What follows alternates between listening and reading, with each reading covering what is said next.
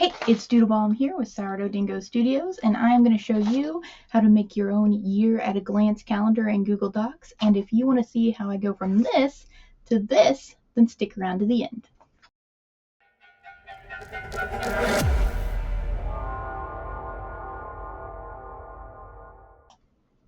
This is episode 3 of my Year of Uncharted challenge, where I do one Uncharted project a week for the whole year, ending in 52 projects. Keeping track of completed projects and videos has been a bit of a struggle, so I made this calendar as an easy visual aid. First, we will create a Google Doc, and you can name this whatever you like.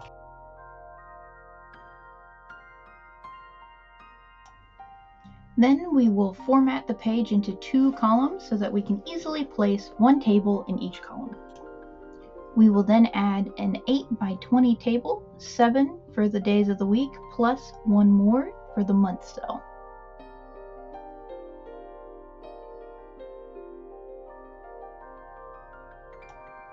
We will insert 8 more rows because ultimately we need it to be 28, but it just showed the 8 by 20 option when inserting the table.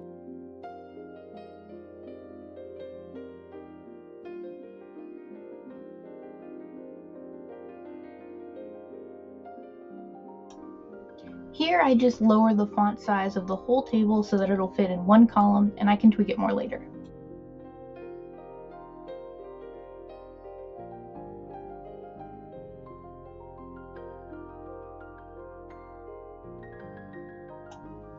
Here I'm just filling in the days of the week, and I'm trying to do as much work as I know will be the same between both tables now, so that when I copy it, it's less work later.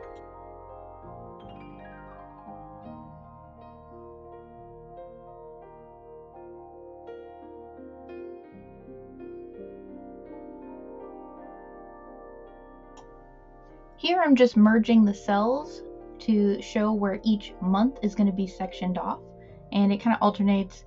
One will be 5, one will be 4, 5, 4, 4, 5, and then that completes one table, and then you just copy it to the next one.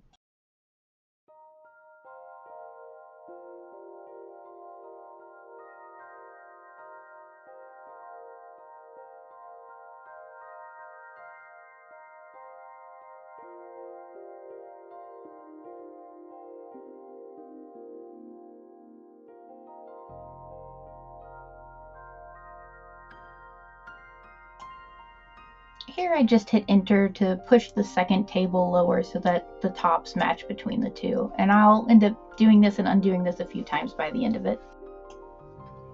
Then I just go in and type the numbered day lining up with the correct day of the week, and I do this for every single month, and I just looked at the calendar on my phone as a reference while I did this.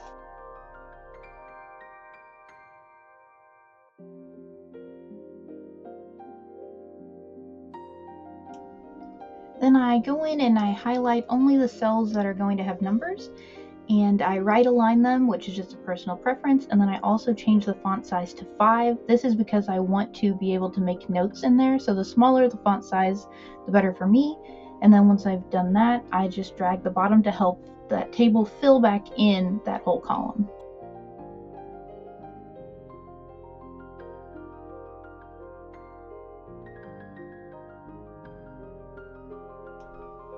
Now we're going to go to a font generator type website. I like the Uncharted script, obviously, but also I find it's easier to get it from a website because then you can copy it as an image, which I find to be way easier to manipulate in Google Docs than, say, trying to type vertically. So here I'm just showing you the name of this exact font, and then also we're going to look at the licensing agreement, which is for personal use. If it was for commercial use and public use, I would have been able to share this document with y'all and you could just download the PDF. But since it's personal, that's kind of a gray area unless I'm actually friends with every single person that downloads it. So here we're just going to type in what we want it to say. We're going to double check that it's the color we want, and we're going to generate it. Then we'll right click and copy image.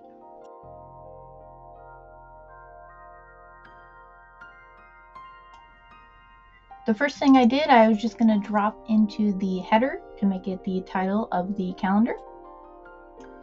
and I resize it to make sure that neither of the tables go onto a second page.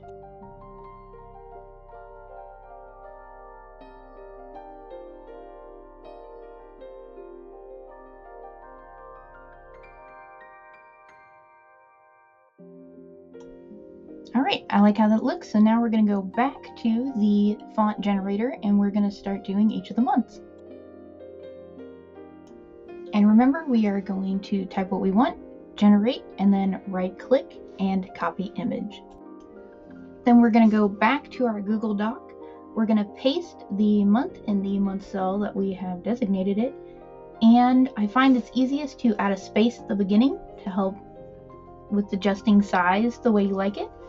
And then we will click this little circle on top and rotate it to 270 degrees. And then you just adjust it to the size and shape that is the most pleasing to you.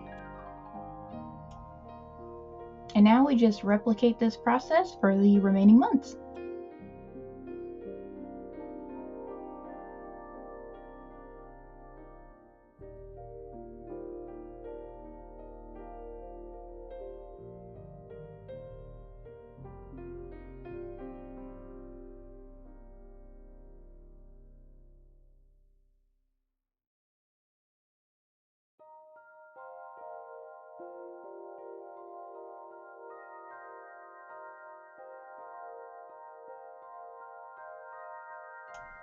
And since I do want this to be a quick reference, I'm going to go ahead and shade in alternating months so that it's easy for me to distinguish which month I'm looking at.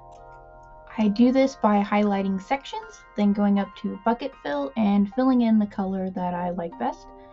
And you want to use bucket fill and not highlight, because highlight will only shade in behind the letters, so you want to fill in the whole cells.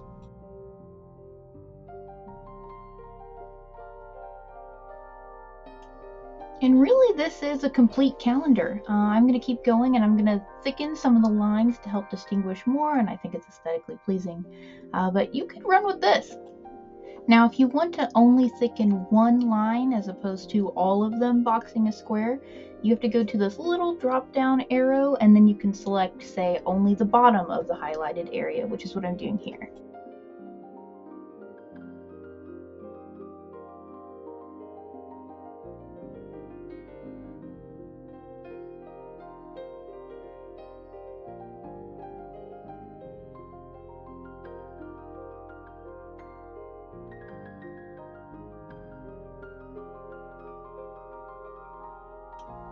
If you're only here to see how to make this calendar in Google Doc, we're done. Thank you for watching. If you want to see how I turned it into an Uncharted aesthetic age calendar, then stick around. And of course, to make this a real Uncharted project, we are going to age this puppy. Okay, so first, the most stressful part of it, we'll crumble it up some.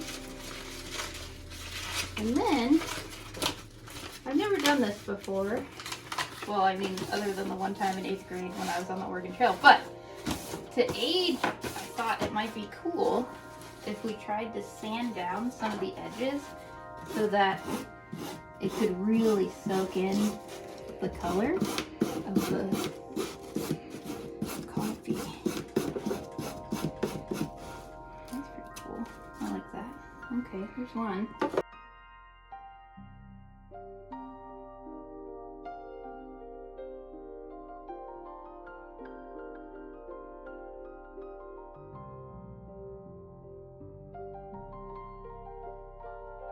Maybe let's do one on the folds too. Let's see how that makes it look.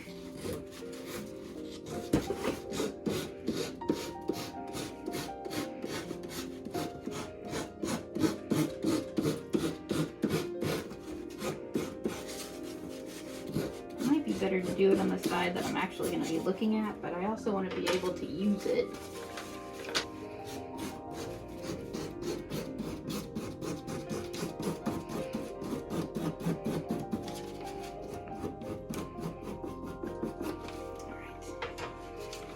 Oh yeah, I like that. Alright.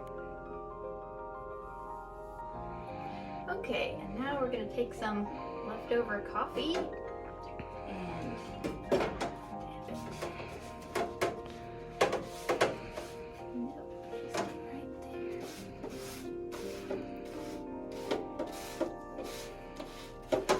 they say that it'll be a lot darker if you make a super strong cup of coffee, but I'm just using leftovers because I think my partner might divorce me if I just waste good coffee.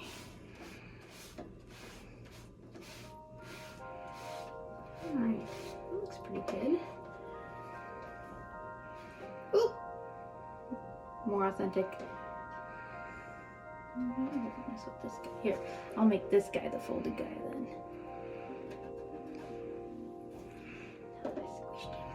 Okay, and so now for the last bit, we put it in the oven at 200 degrees for 5 to 10 minutes and dry it out.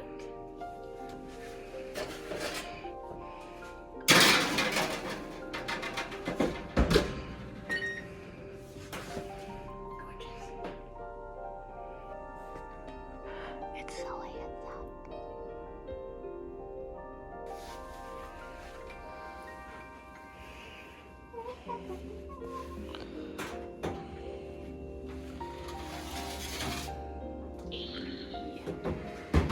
Oh, I really like the edges. Oh my gosh. I love that.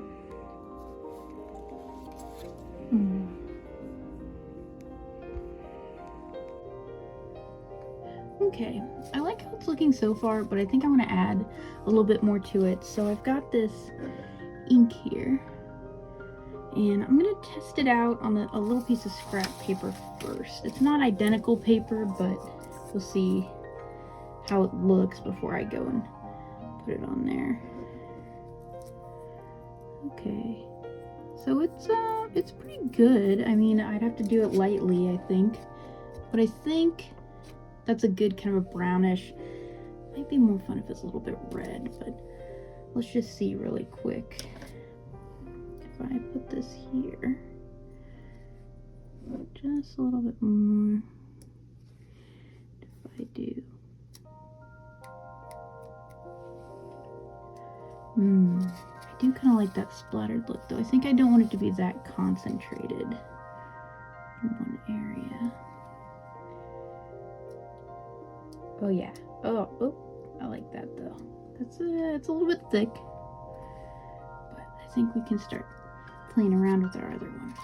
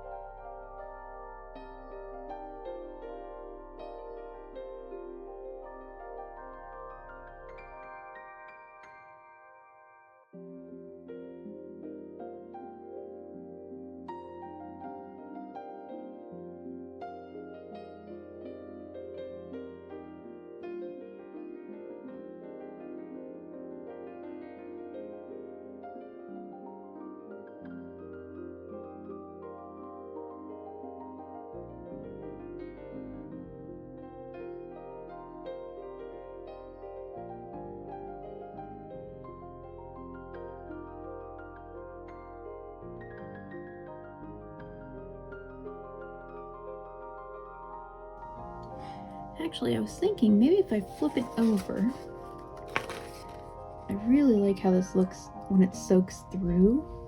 So I'm going to try and do a similar soak through in this little corner and just see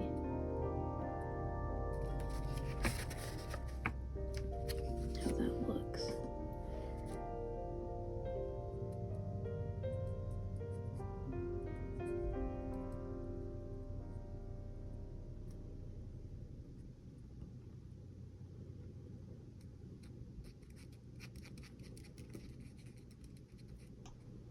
Now let's take a look at the final results.